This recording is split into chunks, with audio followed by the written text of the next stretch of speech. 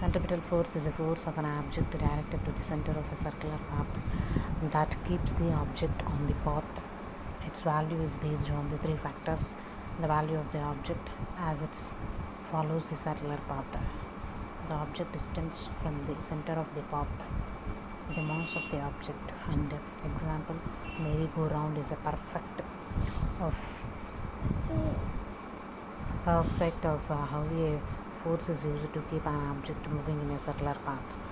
And centrifugal force, on the other hand, is not a force but a tendency for an object to leave the circular path and fly off in a straight line.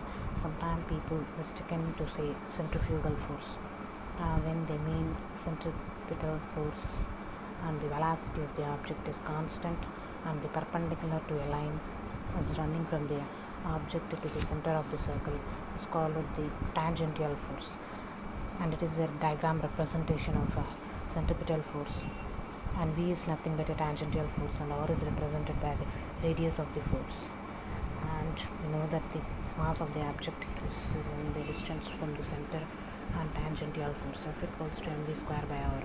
And finally, the centripetal force arranged by the equation of V equals to root of F4 by meters per second. And my next topic is centrifugal force. Centripetal force in space.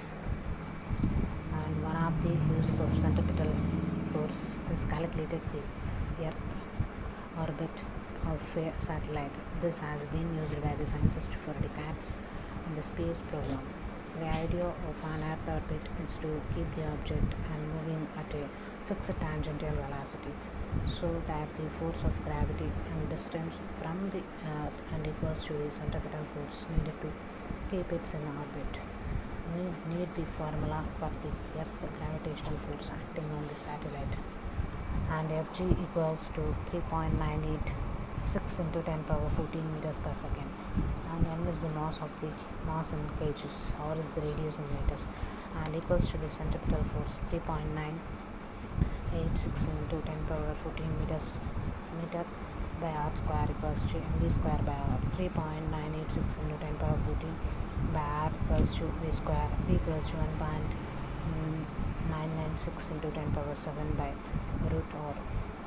And my conclusion is mass of the satellite and the tangential force needed to keep it the orbit, and the inverse proportional to the square root of its radius orbit.